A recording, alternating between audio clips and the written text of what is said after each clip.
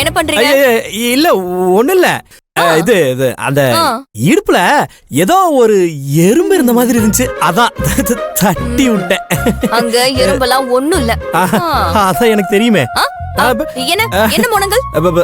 இல்ல, காலையில எந்திரிச்சதும் இவ்வளவு அழகா கண்ணுக்கு குளிர்ச்சியா மங்களகரமா புடவை உடுத்திக்கிட்டு என் முன்னாடி நின்னா ஒரு புருஷன் இடுப்புல கை வைக்கிறதுக்கு உரிமை இல்லைன்னு நினைக்கிறப்போ லைட்டா மனசு கேட்க மாட்டேங்குதுங்க. உரிமை இல்லைன்னு யார் சொன்னா? எல்லா உரிமையும் இருக்கதான் செய்யுது. இருக்கா?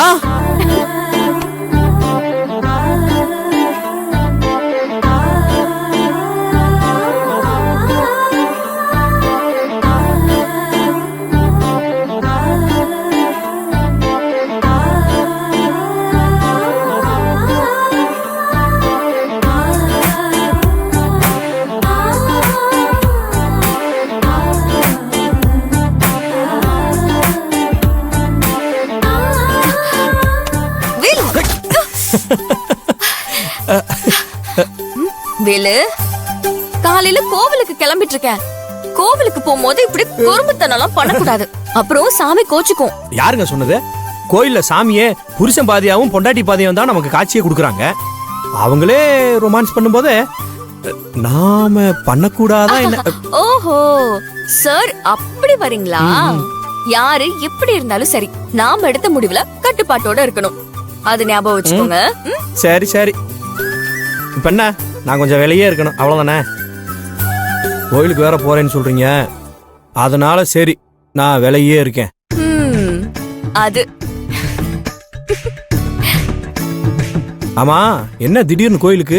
அது ஒண்ணு இல்ல, வீட்ல கீர்த்தி இப்பதானே ஒரு நல்ல விஷயம் சொல்லிருக்கா, அதனால அத்தை கோவிலுக்கு போய் பூஜை போட்டுட்டு வரலான்னு சொன்னாங்க. ஓ, அதுக்கா? அது மட்டும் இல்ல வேலு, எப்படி கீர்த்திக்கு நாம எதிர்பார்த்த மாதிரி ஒரு நல்ல விஷயம் நடந்துச்சோ, அதே மாதிரி கூடிய சீக்கிரம் இந்த வீட்ல மகா அன்னைக்கும் ஒரு நல்லது நடக்கணும். அதுக்காகவும் சேர்த்துதான் வேண்டிக்க போறேன். அப்படியே நமக்கு சேர்த்து வேண்டிட்டு வாங்க. அது ஒண்ணு இல்லைங்க, நம்ம ஹோட்டல் நல்லபடியா நடக்கணும், அண்ணனோட தொழிலும் நல்லபடியா நடக்கணும், அதுக்கு தான் வேண்டிக்கிட சொன்னேன். இங்க பாருங்க வேலு, உங்களுக்கு வேணா நான் சொல்றது விளையாட்டா இருக்கலாம், அவங்க மனசுக்குள்ள மனசளவுல கஷ்டப்படுற வேதனை யாருக்கு புரியுதோ இல்லையோ, எனக்கு நல்லா புரிஞ்சுக்க முடியுதா? அதுவும் சரிதாங்க. அக்கா மாமா புரிஞ்சு வாழ்ந்தப்பையும் அண்ணன் தம்பியை நாங்க என்னதான் குறையில்லாம நடத்தினாலும் அக்கா மனசுல மாமா கூட இல்லைன்ற வருத்தம் இருந்துகிட்டே தான் இருந்துச்சு.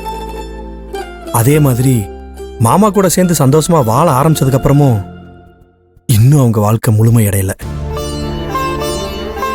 அவங்களுக்கு ஒரு குழந்தை இல்லைன்ற குறை அக்காவை கஷ்டப்படுத்திட்டு தான் இருக்கு.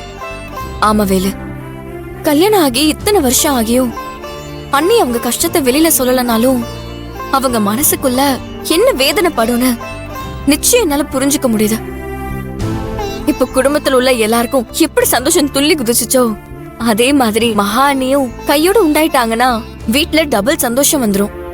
அதுக்காக அந்த கடவுளோட அருள் நமக்கு தேவை.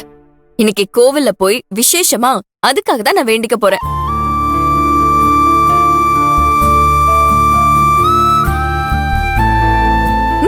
சார், என்ன அமைதி ஆயிட்டீங்க? இல்லங்க, இப்படி கொஞ்சம் கூட சுயநலம் இல்லாம எப்படிங்க உங்களால மட்டும் இருக்க முடியுது?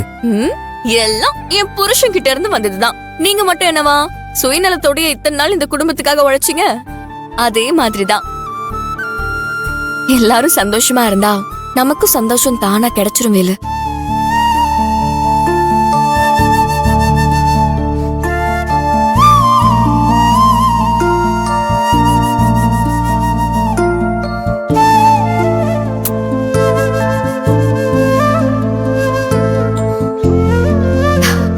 சரி, டைம் ஆயிடுச்சு, கிளம்பலாமா?